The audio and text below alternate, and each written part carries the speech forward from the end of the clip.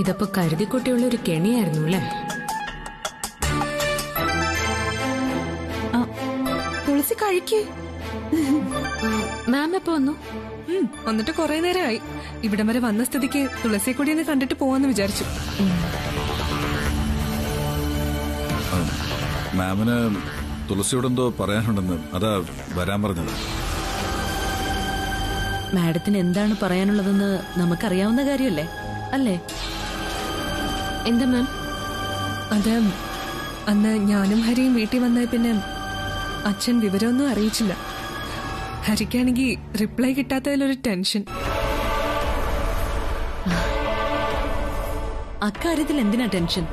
മൗനം സമ്മതമെന്ന് കേട്ടിട്ടില്ലേ? ആരും മറുപടിയൊന്നും പറയുന്നില്ലെങ്കിൽ അവർക്ക് ആ കാര്യത്തിൽ ഇഷ്ടക്കേടൊന്നും ഇല്ലെന്ന അർത്ഥം. അത് പിന്നെ അല്ലെങ്കിലും പ്രസാദേട്ടന്റെ ഇഷ്ടമാ ജയന്റെയും പ്രിയയുടെയും തുളസിയുടെയും ഇഷ്ടം.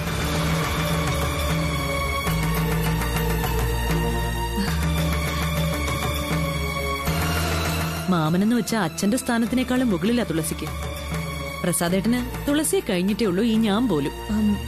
പ്രസാദ് സാറിന് ഈ കാര്യത്തിൽ പൂർണ്ണ സമ്മതമല്ല. ഏത് കാര്യത്തിൽ? തുളസിയെ ശ്രീഹരിക്ക് വിവാഹം കഴിപ്പിച്ചു കൊടുക്കുന്ന കാര്യത്തിൽ. അത് പിന്നെ പ്രത്യേകം ചോദിക്കേണ്ട കാര്യമുണ്ടോ? തുളസിക്ക് നല്ലൊരു ജീവിതം കിട്ടുന്ന കാര്യത്തിന് പ്രസാദേട്ടൻ തടസ്സം നിൽക്കുവോ? അത് എനിക്ക് സമ്മതമാണ്. എന്താ മോളെ, എന്തിനാ നിന്നെ വിളിപ്പിച്ചത്? പറഞ്ഞില്ലേ വിവാഹകാര്യം തീരുമാനിക്കാൻ. മാമൻ തന്നെ മുൻകൈ എടുത്ത് എല്ലാം നടത്തിത്തരും. കൂടാതെ ദുർഗാമ്മയുടെയും മംഗളപ്പച്ചിയുടെയും ഫുൾ സപ്പോർട്ടും എനിക്കുണ്ട്. പക്ഷെ ഞാൻ കെട്ടേണ്ടത് ആദ്യമല്ലെന്ന് മാത്രം. പിന്നെ പൊതുമരാമത്ത് മന്ത്രി ഗായത്രി ടീച്ചറുടെ അനിയൻ ശ്രീഹരിയാണ് എന്റെ വരൻ.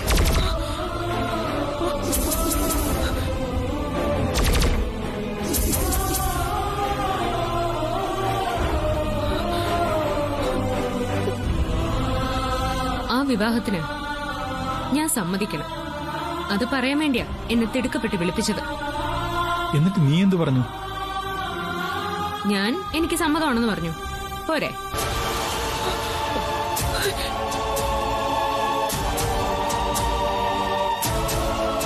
നിന്നെ ദേഷ്യം പിടിപ്പിക്കാൻ വേണ്ടി ചോദിച്ചതല്ല. എന്താ അവിടെ ഉണ്ടായത്? ഒന്ന് വിശദമായിട്ട് പറഞ്ഞതാ. പറയാം,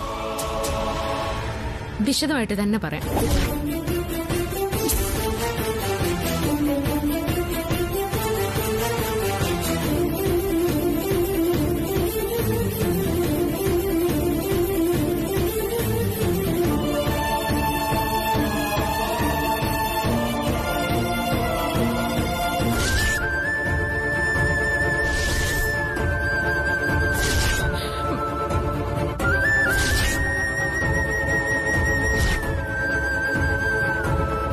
എല്ലാവരും ചേർന്ന് എന്നെ കെണിയിൽ വീഴ്ത്താൻ നിൽക്കായിരുന്നു.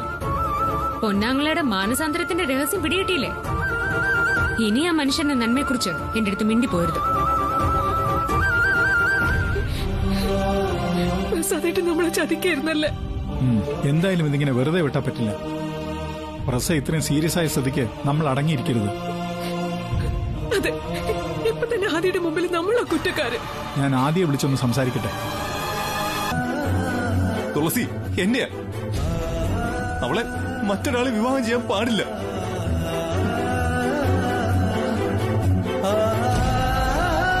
അച്ഛ, അറിയാതെ എന്തെങ്കിലും തെറ്റ് ഞാനോ തുളസിയോ ചെയ്തിട്ടുണ്ടെങ്കിൽ അതൊക്കെ ക്ഷമിച്ച് അച്ഛൻ ഞങ്ങളുടെ വിവാഹം നടത്തി തരണം.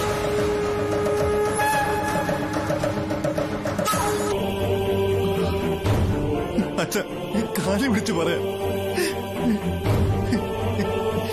അച്ഛന് തുളസി ഇഷ്ടമല്ലെങ്കിൽ പോട്ടെ.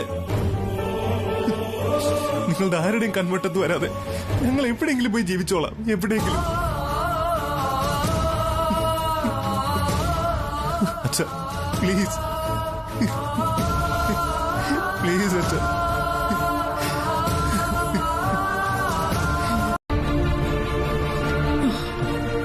അമ്മ എന്റെ കൂടെ ഉണ്ടാവണം. അച്ഛനെ എതിർത്തപ്പോ അമ്മ കൂടെ ഉണ്ടല്ലോ എന്ന ആശ്വാസത്തിലായിരുന്നു ഞാൻ. അമ്മ എന്നെ കൈ ഒഴിയായിരുന്നു.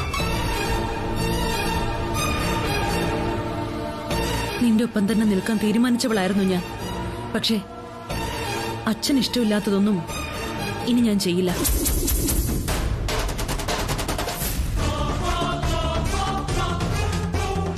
നീയും തുളസിയുമായുള്ള വിവാഹം അച്ഛന് താല്പര്യമില്ലാത്ത കാര്യമാണ്.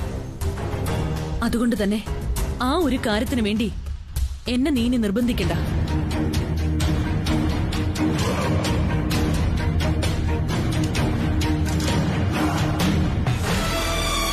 അച്ഛന്റെ അമ്മയുടെ ഇഷ്ടത്തിനനുസരിച്ച് ജീവിക്കുക. അതാണ് ഒരു മകൻ എന്ന നിലയിൽ നീ ഞങ്ങൾക്ക് വേണ്ടി ചെയ്യേണ്ടത്. അത് മനസ്സിലാക്കാതെ ഇവിടെ വന്ന് തുളസിയുടെ പേരിൽ തർക്കിച്ചതുകൊണ്ട് ഒരു കാര്യമില്ല. ഞങ്ങളെ വേർപെടുത്താൻ ശ്രമിക്കരുത്. എന്റെയും തുളസിയുടെ ഉള്ളിൽ ആഗ്രഹങ്ങൾ കോരി നിറച്ചത് അച്ഛനാണ്. അതെന്തിനായിരുന്നു? എന്നിട്ടിപ്പോ ഞങ്ങളെ തമ്മിൽ അകറ്റാൻ വേണ്ടിയിട്ട് മന്ത്രിക്ക് കോഴ കൊടുക്കുന്നു. അറിയാച്ച, എന്താ അച്ഛന്റെ പ്രശ്നം? എന്തിനാ ഞങ്ങളെ തമ്മിൽ പിരിക്കാൻ ഇത്ര പാടുപെടുന്നേ? പറയാച്ച, ഇപ്പോഴെങ്കിലും അത് പറഞ്ഞേ പറ്റൂ.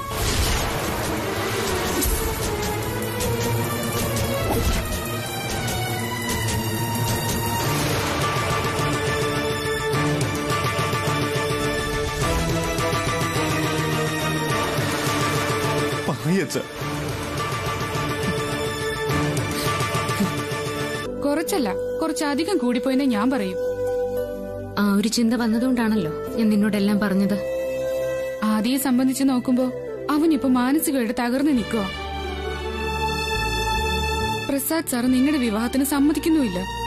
ദുർഗമ്മയുടെ മനസ്സിൽ എന്താണെന്ന് നിങ്ങൾക്ക് ആർക്കും അറിയേയില്ല. ഈ അവസ്ഥയിലേക്കാണ് മന്ത്രിയുടെ അനിയന്റെ അരങ്ങേറ്റം. അവിടെ നീ അവനെ പറഞ്ഞ് നിരുത്സാഹപ്പെടുത്തുകയാണ് ചെയ്തത്.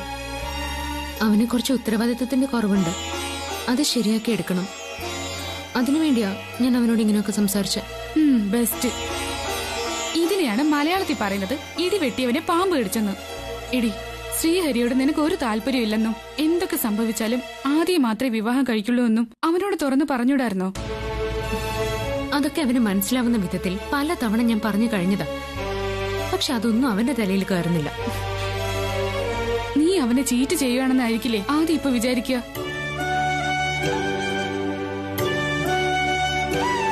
ജനിച്ച അന്നു മുതൽ ഞങ്ങൾ ഒരുമിച്ച.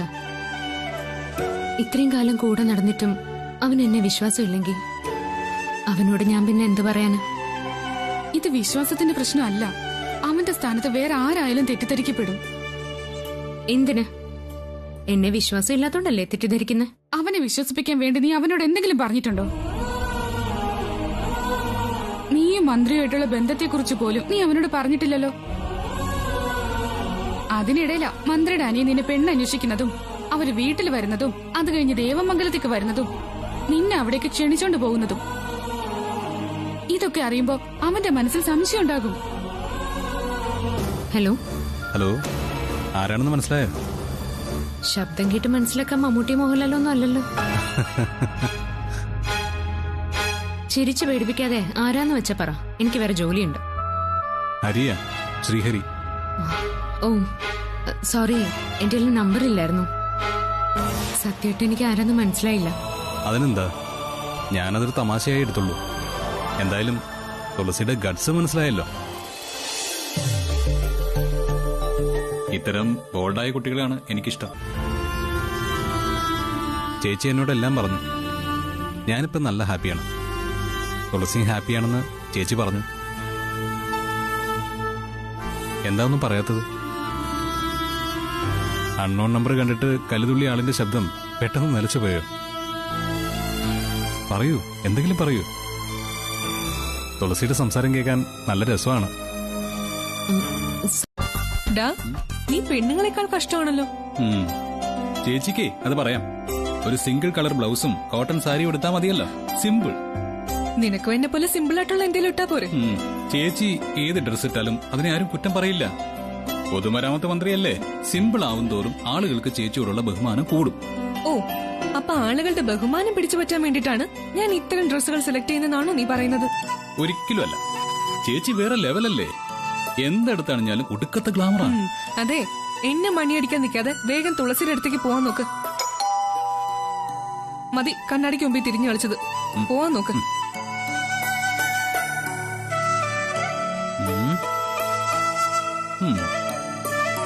ഇത് ഫിക്സ്.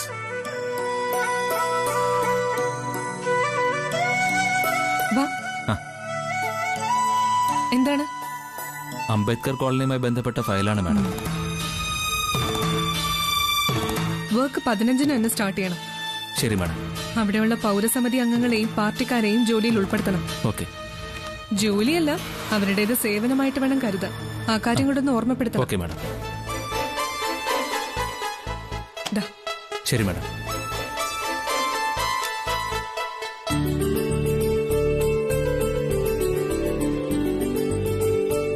ചേച്ചി എങ്ങനെയുണ്ട്? കൊള്ളാവോ? സൂപ്പർ. Thank you. ഞാനൊരു കാര്യം ചോദിച്ചു, നീ സത്യം പറയൂ. അങ്ങനൊരു സംശയം ഗായത്രി ടീച്ചർക്കുണ്ടോ? എങ്കി പറ, നീ തുളസിയെ ഇഷ്ടപ്പെടാൻ തുടങ്ങിയോ? എന്താ അങ്ങനെ ചോദിച്ചത്? ഞാൻ തുളസിയെ പരിചയപ്പെട്ടു. നിനക്ക് ചേരുവെന്ന് തോന്നിയപ്പോ അവളുടെ വീട്ടുകാരോട് സമ്മതം ചോദിച്ചു. അവരിപ്പോഴും അതിന് കൃത്യമായൊരു മറുപടി തന്നിട്ടും ഇല്ല. ഒരു പെണ്ണ് കാണൽ ചടങ്ങ്, പിന്നെ 1-2 തവണ നീ അവളെ നേരിട്ട് കണ്ടിട്ടും ഉണ്ടാവും. അപ്പോഴേക്കും നിനക്ക് തുളസിയോട് ഇഷ്ടം തോന്നി തുടങ്ങിയോന്ന്? അങ്ങനെ ചോദിച്ചാ എന്തോ ഒരു ഇഷ്ടമുണ്ട്. ആ ഇഷ്ടം നെഞ്ചിൽ പേറി നടക്കാനേ സമയമായിട്ടില്ല. അതെന്താ? തുളസിയുടെ ഇഷ്ടം കൂടി അറിയണ്ടേ? ആ കുട്ടിക്ക് ഇഷ്ടമായതുകൊണ്ടാവില്ല എന്നോട് അങ്ങോട്ട് ചെല്ലാൻ പറഞ്ഞത്. വേഗം ചെല്ല്, അവളെ വെയിറ്റ് ചെയ്യിപ്പിക്കണ്ട. അല്ലല്ലേ, തല്ലി എന്തൊരു വേദനയാ. തഴമുണ്ടോ കയ്യില്? നോക്കട്ടെ. അയ്യോ, ഉണ്ടല്ലോ. മംഗല്യ ഭാഗ്യം ഉണ്ടല്ലോ. എനിക്കോ? ഇനിയും? ചേച്ചിക്കല്ല, ചേച്ചിയുടെ അനിയന്. ഈ രേഖയിലുണ്ട്. ഉടനെ തന്നെ അനിയന്റെ വിവാഹം നടക്കുന്നു. ഒന്ന് പോടാ അവിടെ. ചേച്ചി,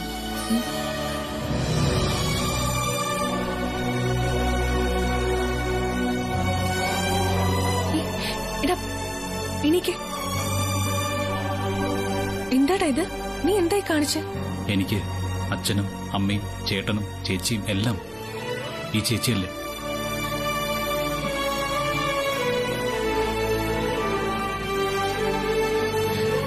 ഇതൊന്നും വേണ്ടിയിരുന്നില്ല. എന്തായാലും കാമുകിയെ കാണാൻ പോകുമ്പോ കാലുതൊട്ട് അനുഗ്രഹം വാങ്ങിക്കുന്ന ലോകത്തിൽ ആദ്യത്തെ ആള് നീയായിരിക്കും.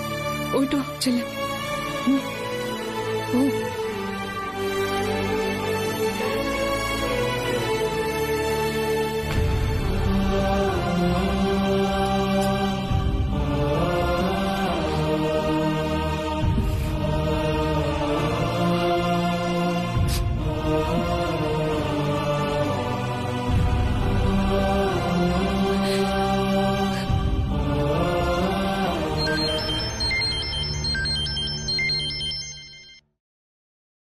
നിങ്ങൾ ഇത്ര പെട്ടെന്ന് കല്യാണ വീട്ടിലെത്തിയോ? അതെങ്ങനെ? ചുരുങ്ങിയത് 2 മണിക്കൂറെങ്കിലും എടുക്കും അവിടെ എത്താൻ. പിന്നെന്താ, എന്തെങ്കിലും എടുക്കാൻ മറന്നോ? ഒന്നും മറന്നതല്ല. ഞങ്ങള് വഴിയിൽ വെച്ച് ആദ്യമോനെ കണ്ടിരുന്നു. അത് വിളിച്ചു പറയാൻ മാത്രം വലിയ കാര്യമാണോ? അവൻ അവിടേക്ക് വരും. എന്തിന്? നീ എവിടെ തനിച്ചല്ലേ ഉള്ളൂ. അതുകൊണ്ട് ഞങ്ങള് തിരിച്ചു വരുന്നതുവരെ അവൻ അവിടെ ഉണ്ടാവും. ഞങ്ങൾ അവനെ അങ്ങോട്ട് പറഞ്ഞു വിട്ടിട്ടുണ്ട്. അവൻ എപ്പോഴാ വരുന്നേ? ഇപ്പൊ എത്തും. ഞാൻ കുളിക്കാൻ പോവാ. അത് സാരമില്ല. നീയേ മുമ്പിലെ ഡോർ അടയ്ക്കണ്ട, ചാരി ഇട്ടാ മതി. എന്നാ പിന്നെ അവൻ എത്തുന്നതിന് മുമ്പ് ഞാൻ കുളിക്കാൻ നോക്കട്ടെ. ശരി.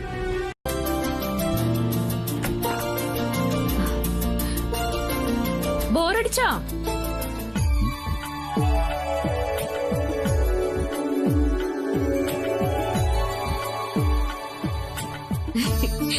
ഞാനേ നീരാട്ടിലായിരുന്നു. ഒരു 2 മിനിറ്റ് കൂടി നീ എനിക്ക് വേണ്ടി വെയിറ്റ് ചെയ്യണേ. അപ്പോഴേക്കും ഞാൻ വരാം.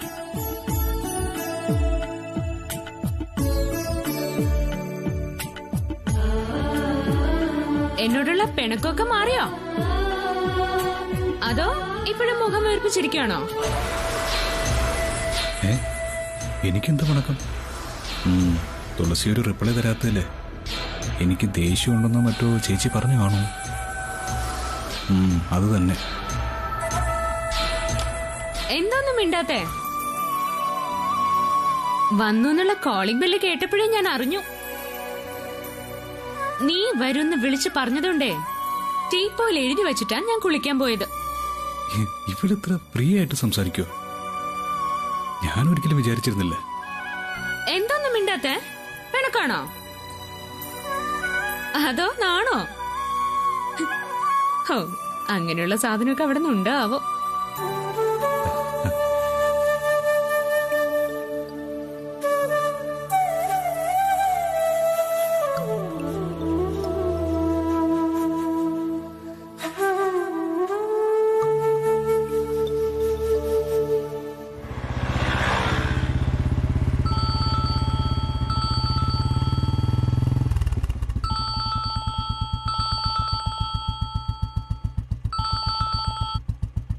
ഹലോ, നീ എവിടെയാ? എന്താ? ഞാൻ എത്ര നേരമായിട്ട് നിന്നെ ട്രൈ ചെയ്യാ. നീ എന്താ ഫോൺ എടുക്കാത്തെ? ഫോൺ സൈലന്റ് ആയിരുന്നു. എന്തിനാ വിളിച്ചേ? ഒന്നുമില്ല, നിന്നെ കാണാത്തപ്പോ ഞാനൊന്ന് വിളിച്ചു നോക്കിയെന്നേ ഉള്ളൂ. നീ ഇങ്ങോട്ട് വരുന്നുണ്ടോ? ഞാൻ വന്നോണ്ടിരിക്കുക. എന്തെങ്കിലും അത്യാവശ്യമുണ്ടോ? ഏയ് ഒന്നുമില്ല. എന്നാ ശരി. നീ വരുമ്പോഴേ കട്ട് ചെയ്തു. ആന്റി എന്താ ആദ്യേട്ടനെ തുളസിയുടെ വീട്ടിലോട്ട് ചെല്ലാൻ പറയാത്തത്? അത് പറഞ്ഞ അവനെന്തെങ്കിലും സംശയം തോന്നിയാലോ? എന്ത് സംശയം തോന്നാനാ? എങ്ങനെയെങ്കിലും ആദ്യം അവിടെ എത്തിക്കണ്ടേ? ആ സ്ഥിതിക്ക് പറയായിരുന്നു. അതെ, ഫോൺ ചെയ്തിട്ട് കിട്ടിയ സ്ഥിതിക്ക് ഇനി ആദ്യേട്ടൻ ദുർഗാന്റിയുടെ ഫോൺ അറ്റൻഡ് ചെയ്തോളും. അറ്റൻഡ് ചെയ്തിട്ട് എന്ത് പറയാനാ? തുളസിയുടെ വീട്ടിലേക്ക് ആരോ കേറി പോകുന്ന കണ്ടു. അത് ആരാണെന്ന് നോക്കി അന്വേഷിച്ചിട്ട് വരാൻ പറ. അതൊന്നും ശരിയാവില്ല സുലു. എന്റെ ചേച്ചി ജെയിനും പ്രിയയും കല്യാണത്തിന് പോയതാണെന്ന് എന്നോട് പറഞ്ഞ സ്ഥിതിക്ക് ആ വീട്ടിൽ ആരെങ്കിലും കേറി ചെന്നാ അത് ശ്രദ്ധിക്കേണ്ട ചുമതല ദുർഗേച്ചിക്കുണ്ടല്ലോ. ആ സ്ഥിതിക്ക് തുളസിയുടെ വീട്ടിൽ ആരാ വന്നതെന്ന് നോക്കിട്ട് വരാൻ പറ. പറഞ്ഞു നോക്കല്ലേ? പറയേ. പറ ദുർഗാന്റി.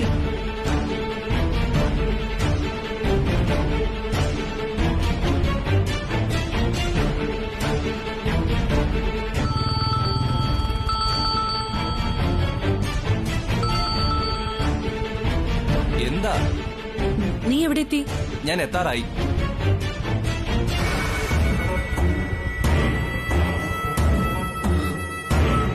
എന്തു പറഞ്ഞു?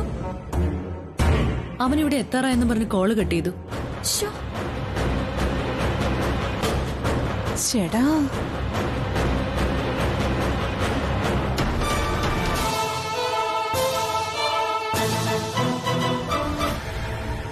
നീ ബോറടിച്ച് മരിച്ചു കാണുമല്ലേ? എന്ത് ചെയ്യാനാ, ഞാൻ നിന്നെ പോലെ അല്ലല്ലോ. കുറച്ച് വൃത്തി മെനയുള്ള കൂട്ടത്തിലായി പോയില്ലേ?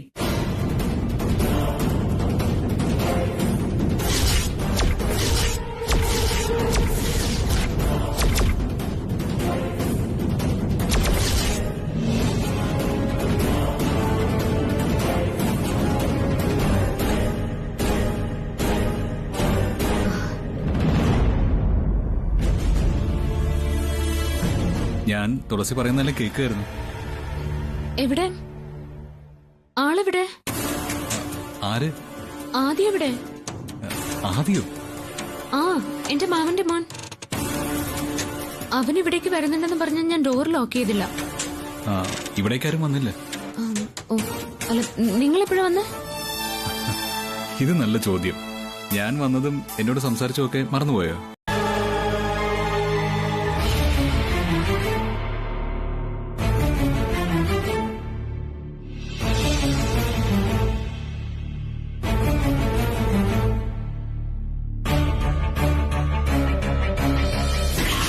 ആദ്യമോനെ ചായ എടുക്കട്ടെ? കൂൾ ഡ്രിങ്ക്സ് ആണെങ്കിലോ? വേണ്ട.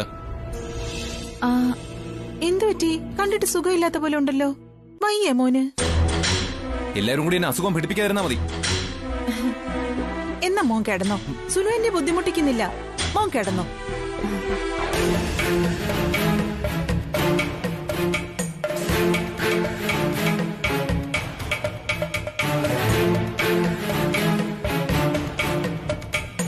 അതെ, ഞാൻ മോനോടൊരു രഹസ്യം പറയാൻ വേണ്ടി വന്നതാ. ആതിരയും ദുർഗേച്ചിയും കേൾക്കരുത്. അതുകൊണ്ടാ ഈ സുലു ആന്റി ഒറ്റയ്ക്ക് വന്നത്. എന്ത് രഹസ്യം? നീ തുളസിയുടെ വീട്ടിൽ പോയിരുന്നോ? നീ പോയിരുന്നോന്ന് എനിക്കറിയില്ല, പക്ഷേ ഈ സുലു ആന്റി അവിടെ പോയിരുന്നു. പോയത് മറ്റൊന്നും കൊണ്ടല്ല. കാലത്ത് ഞാൻ ആ വഴി പോയപ്പോ തുളസിയുടെ അച്ഛനും അമ്മയും എവിടേക്ക് പോകുന്നത് കണ്ടു. ചോദിച്ചപ്പോ കല്യാണത്തിനാണെന്ന് പറഞ്ഞു. തിരിച്ചു വരുമ്പോ മുറ്റത്തൊരു കാറ്. തുളസിയുടെ അച്ഛനും അമ്മയും അവിടെ ഇല്ലാത്ത സമയത്ത് അവിടെ ആരാ വന്നതെന്ന് നോക്കാൻ വേണ്ടിയിട്ടാ ഈ സുലു ആന്റി അങ്ങോട്ട് ചെന്നത്. ശ്ശോ. ഓ, സത്യം പറഞ്ഞ തുളസി അവിടെ ഇല്ലെന്നാ ഞാൻ വിചാരിച്ചിരുന്നെ. എന്റെ പൊന്നു മോനെ, ഡോർ അകത്തുനിന്ന് അടച്ചു പൂട്ടിയതുകൊണ്ടേ ഞാൻ കോളിംഗ് ബെല്ലെന്ന് അടിച്ചു നോക്കി. വാതില് തുറക്കാത്തപ്പോ ഞാൻ ജനാലയിലൂടെ നോക്കിയതാ. എന്റെ പൊന്നു മോനെ, ഞാൻ തകർന്നു പോയടാ. ഈ സുലു ആന്റി ആകെ തകർന്നു പോയി എന്റെ ആദി മോനെ. അത്രയ്ക്ക് തകരാൻ മാത്രമേ അവിടെ നിങ്ങൾ എന്താ കണ്ടത്? ഞാനായതുകൊണ്ട് പിടിച്ചു നിന്നു. എന്റെ ആദി മോനെങ്ങാനും ആയിരുന്നെങ്കിൽ ബോധം കെട്ട് വീണ് മരിച്ച ശവം അടക്കം കഴിഞ്ഞേനെ ഇന്ന്. അവിടെ നിങ്ങൾ എന്താ കണ്ടതെന്ന്? ഞാനത് എങ്ങനെ നിന്റെ മുഖത്ത് നോക്കി പറയും? മുഖത്ത് നോക്കണമെന്നില്ല, കാര്യം പറ. തുളസി ആദ്യ ജീവന് തുല്യ സ്നേഹിക്കുന്നല്ലേ എല്ലാവരും കരുതിയിരിക്കുന്നെ. നിനക്ക് അവളോടും അങ്ങനെ തന്നെയാണെന്ന് എന്നെ പോലെ തന്നെ എല്ലാവർക്കും അറിയാം. പക്ഷെ കുടിക്കുന്ന പച്ച വെള്ളത്തിലും വിശ്വസിക്കാൻ കൊള്ളില്ലടാ അവളെ. സുലുവാന്റെ അവളെ വിശ്വസിക്കണമെന്നില്ല. എടാ, അവള് കള്ളിയാടാ, പെരും കള്ളി. അനാവശ്യം പറയരുത്. എന്റെ ആദ്യ മോനെ, ഞാൻ പറയുന്നത് മൊത്തം നീ ഒന്ന് കേക്ക്. എന്നിട്ട് പറ, ഈ സുലു ആന്റി പറയുന്നത് ആവശ്യമാണോ അനാവശ്യമാണോ എന്ന്. എനിക്ക് കേൾക്കണ്ട നിങ്ങളുടെ പരദൂഷണം.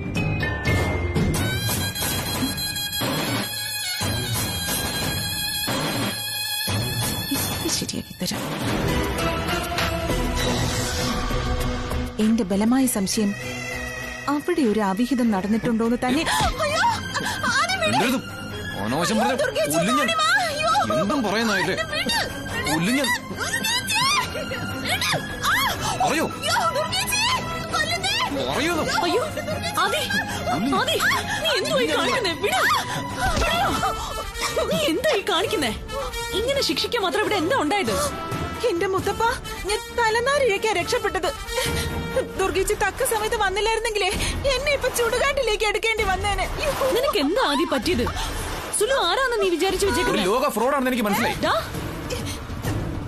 നീ എന്നെ എങ്ങനെ കരുതിയാലും കുഴപ്പമില്ല. എനിക്ക് പറയാനുള്ളത് ആരോടാണെങ്കിലും ഞാൻ പറയും. എന്റെ കൊക്കിലെ ശ്വാസം ഉള്ളിടത്തോളം കാലം. ആദിക്ക് ഇഷ്ടമില്ലാത്ത എന്ത് കാര്യമാണ് നീ ഇവനോട് പറഞ്ഞത്?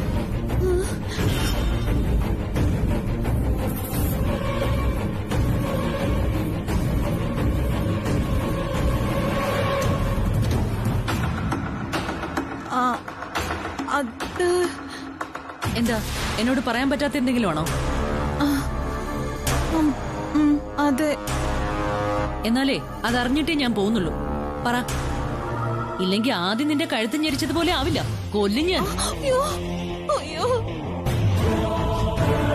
ആദ്യമോൻ ഇത്രമാത്രം വയലന്റ് ആവണമെങ്കിൽ നിന്റെ നാവിന്ന് അത്തരത്തിലൊരു അബദ്ധം വീഴാതിരിക്കില്ല.